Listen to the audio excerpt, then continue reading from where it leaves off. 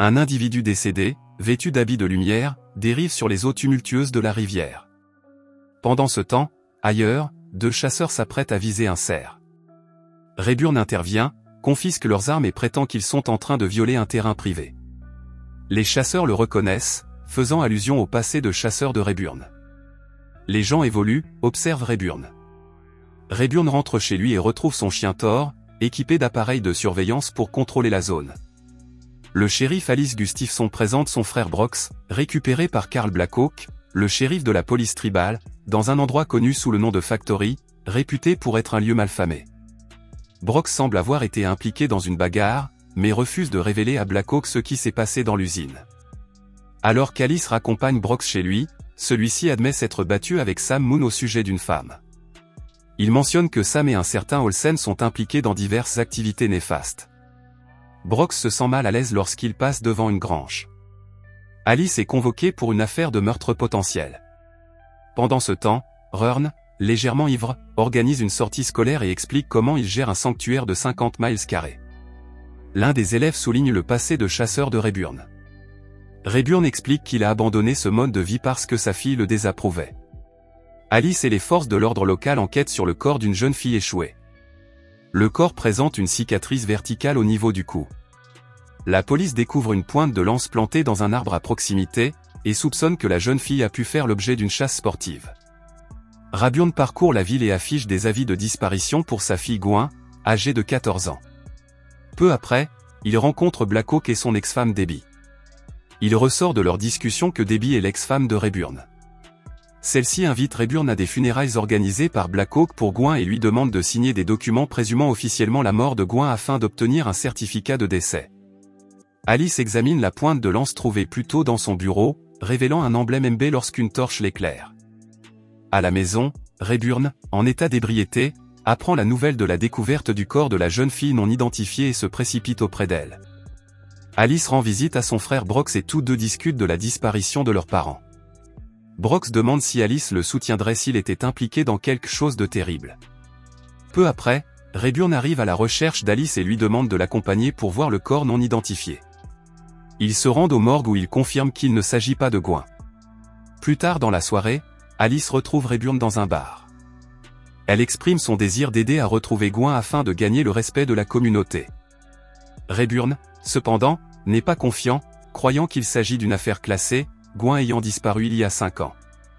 Le lendemain matin, Rayburn aperçoit un individu vêtu d'une lourde tenue de camouflage qui trafique l'une des caméras de surveillance du sanctuaire. Il prend son équipement de chasse et se rend sur place. Malgré les coups de lance, il parvient à s'enfuir après avoir reçu une balle dans l'épaule. Sa voiture tombe en panne, le laissant sans moyen de transport. En explorant les environs, il tombe sur une autre camionnette, qui appartient probablement au chasseur. Secrètement, il marque un petit X à côté du réservoir d'essence avant de rentrer chez lui.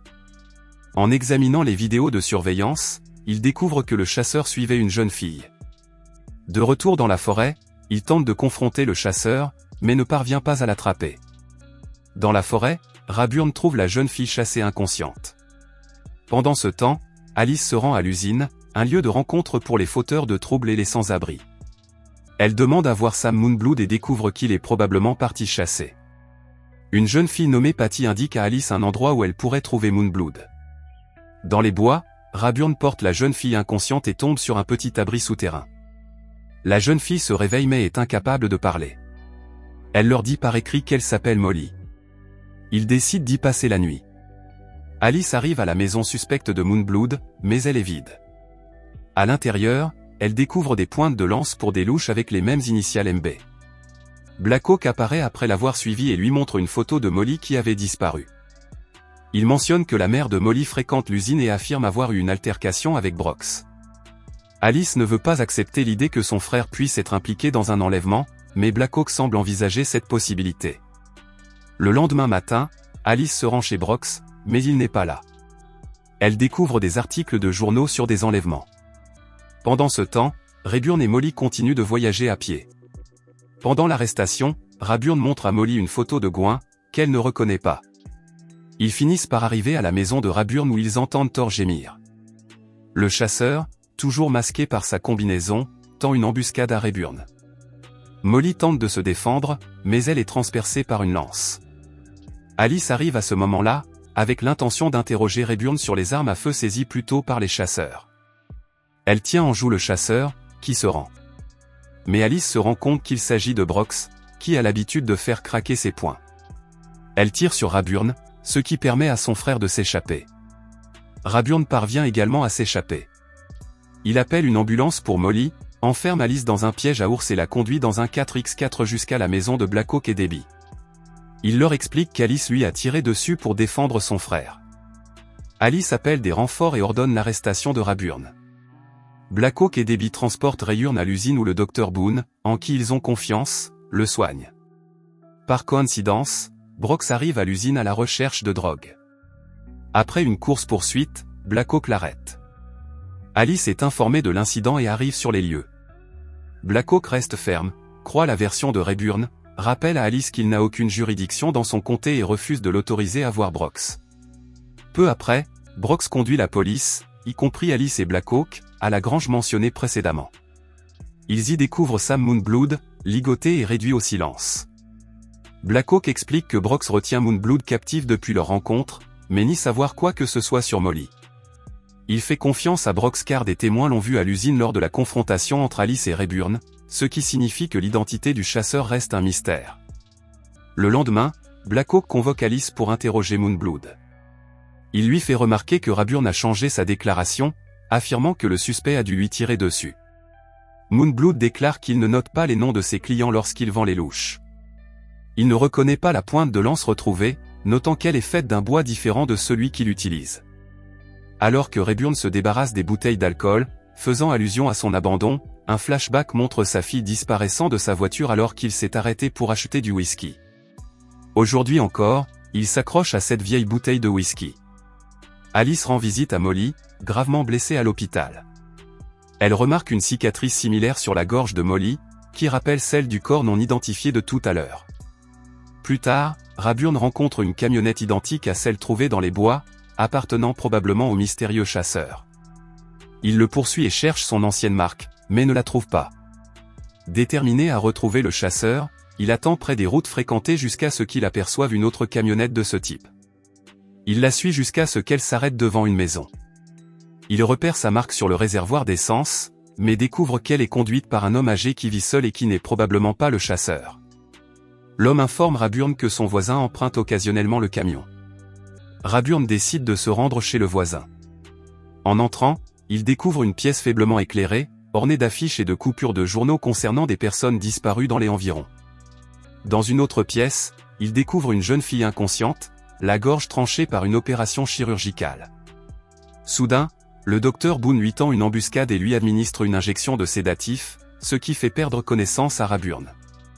Pendant ce temps, à l'hôpital, Alice est emmenée dans le bureau du docteur Boone pour y chercher le rapport d'autopsie. Elle y découvre que Boone avait une fille nommée Melissa, qui a été renversée par un chauffard ivre dans une forêt et laissée pour morte. Sur une photo encadrée d'eux, Melissa porte un pendentif dont les initiales MB sont les mêmes que celles des fers de lance. Avec l'aide de la police, Alice s'introduit dans la maison de Boone et trouve la jeune fille inconsciente. Alice remarque la disparition d'un poster de Gwen Swanson et décide de retrouver Rayburn. Boone accompagne Rayburn, qui reprend conscience, dans la forêt. Boone permet à Rayburn de s'échapper en portant sa tenue de chasse. Alice arrive chez Rayburn, découvre Thor aboyant sur le système de surveillance et observe Rayburn s'enfuir dans l'obscurité à travers le sanctuaire, poursuivi par le chasseur. Armée, elle s'aventure à pied dans le sanctuaire pour les repérer. Rayburn finit par surprendre Boone et le domine, l'interrogeant sur l'implication de Gwen.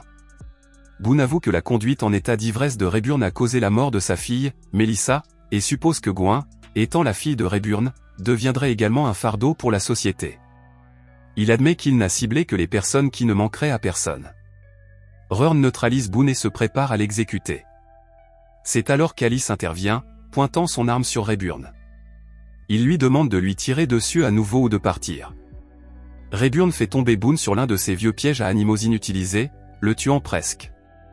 Mortellement blessé, Boone demande si Rayburn va le laisser mourir comme un animal. Rayburn répond qu'il ne laisserait même pas un animal dans une telle agonie. Il cache alors le piège, abandonnant Boone. Les funérailles de Gouin ont lieu en ville, en présence de nombreuses personnes, dont Molly. Selon la radio de la police d'Alice, le docteur Boone est soupçonné d'être un tueur en série et reste introuvable.